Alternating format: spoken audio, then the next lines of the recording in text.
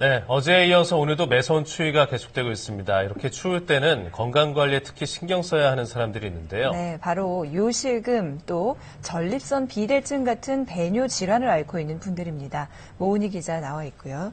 이게 참 당연한 생리적 현상인데 원하는 대로 소변을 보지 못한다 그러면 정말 일상생활에 지장이 많겠어요. 네, 그렇죠. 특히 그 고령화 사회가 되면서 네. 기저귀 시장의 판도까지 바뀌었다고 해요. 네. 그래서 아기들이 쓰는 기저귀보다 성인용 기저귀 판매가 더 역추월할 거라는 그런 전망도 있던데요.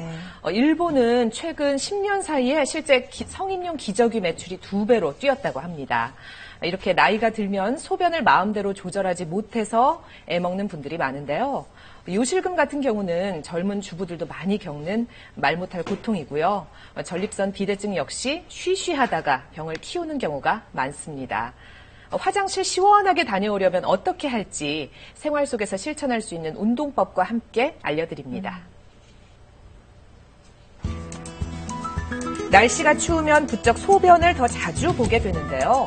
이는 당연한 현상입니다. 화장실은 가고 싶은데 귀찮아서 잘 안 가게 돼요. 겨울철에 화장실을 더 많이 가는 것 같아요.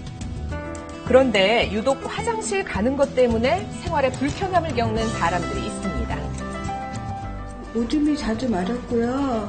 그리고 이 길을 가다 보면 오줌이 새요. 그래서 힘들어요. 바로 요실금 때문인데요. 과민성 방광은 이 방광 자체의 문제예요. 소변이 조금만 차도 막 저절로 수축하려고 합니다. 오줌 이렇게 넣고 나오는데요. 또 금방 못 참아갖고 금방 또 나와요. 요실금이라는 것은 자기 의지와는 상관없이 소변이 새서 속옷을 적시는 현상을 요실금이라고 정의를 할 수가 있습니다. 추워지면은 아무래도 근육 같은 게 위축이 되잖아요. 긴장이 되죠. 그러면 방광 주변이라든가 골반 근육이라든가 이게 위축이 되면서 그것이 방광 자극을 통해 가지고 증상을 악화시키는 요인으로 작용할 수가 있을 겁니다. 요실금에도 종류가 있습니다. 복압성 요실금은 말 그대로 복부에 압력이 들어가면 소변이 새는 건데요. 노화와 출산이 주 원인입니다. 재채기만 해도 샌다고 하지요. 반면에 소변을 지나치게 자주 보는 것은 결박성 요실금이라 하는데요. 물소리만 들어도 화장실에 가고 싶고요. 평범한 일상에서도 갑자기 소변을 참지 못합니다. 외출을 하려고 막 나갈 때도 신호가 오는데요. 이렇게 수시로 소변이 마려워서 일상생활이 힘들 정도입니다.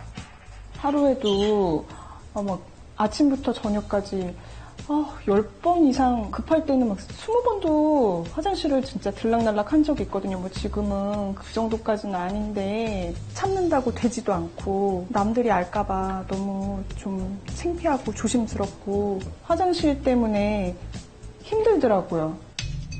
결박성 요실금은 방광이 과민해져서 소변이 조금만 차도 비정상적인 수축을 반복하는데요. 근육이 약해진 복압성이냐 아니면 심리적 요인이 큰 절박성이냐에 따라 치료의 방법도 달라집니다. 복압성 요실금 같은 경우에는 그러니까 주로 이제 수술적인 방법을 쓰는데 그 중부 요도 슬링 수술이라고 해가지고 요도 기능을 강화시키는 거예요. 절박성 요실금 같은 경우에도 약물 치료, 행동요법을 조절을 하면서 보완시켜 간다고 보는 게 정확한 이해가 될 겁니다. 여성들은 소변이 수시로 나와서 문제라면 반대로 남성들은 소변이 잘 나오지 않아서 문제가 되곤 합니다. 이 어르신도 그래서 병원을 찾았는데요. 소변이 안 나와가지고요. 의사가 와서 밤에도 빼고 가고 그랬어요. 바로 전립선 비대증인데요. 요도를 감싸고 있는 호두알 크기의 전립선이 점점 커져서 요도를 누르는 것으로 소변 길이 좁아져서 소변이 잘 안 나오는 현상입니다.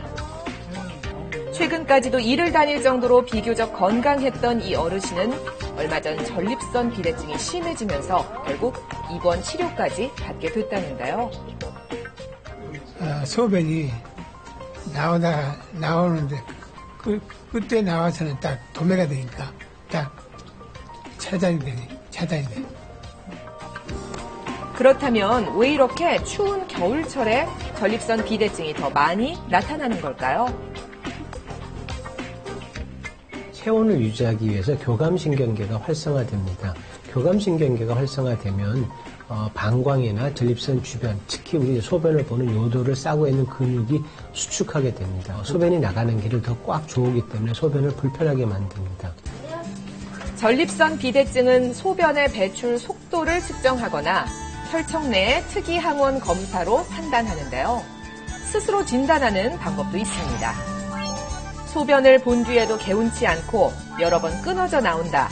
자다가 마려워서 깬다면 부끄러워 말고 치료 받으시기 바랍니다. 이런 증상이 있다면 감기약을 주의해서 복용하세요. 요도를 더 수축시킬 수 있습니다.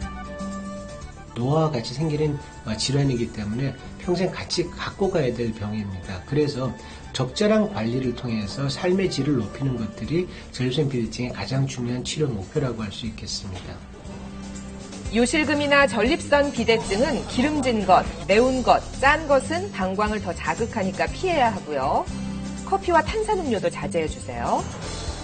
비만이 있으면 방광 쪽이 더 눌리거든요. 그래서 꾸준한 운동으로 적정한 체중을 유지하는 것도 중요합니다. 그럼 어떤 운동이 좋은지 알려드릴게요. 이 운동법은 남성들한테 좋은데요. 허벅지 근육을 발달시키는 동작으로 집에서는 쿠션을 다리 안쪽에 넣어서 해보세요. 허벅지에 힘을 팍 주는 겁니다. 이번엔 여성들에게 도움이 되는 운동입니다. 의자에 앉아서 골반 저근을 앞, 뒤로 기울이는 운동법입니다. 뒤, 그리고 앞. 아셨죠? 근육이 처짐을 방지하고요. 탄력을 주는 것이기 때문에 자기 스스로 조절할 수 있는 기능을 향상시켜주는 것입니다. 숨을 내쉴 때 손과 발을 동시에 오므리는 동작은 남녀 모두에게 좋습니다. 시청자 여러분도 한번 따라해보세요. 추운 겨울을 더욱 힘들게 하는 요실금과 전립선 비대증.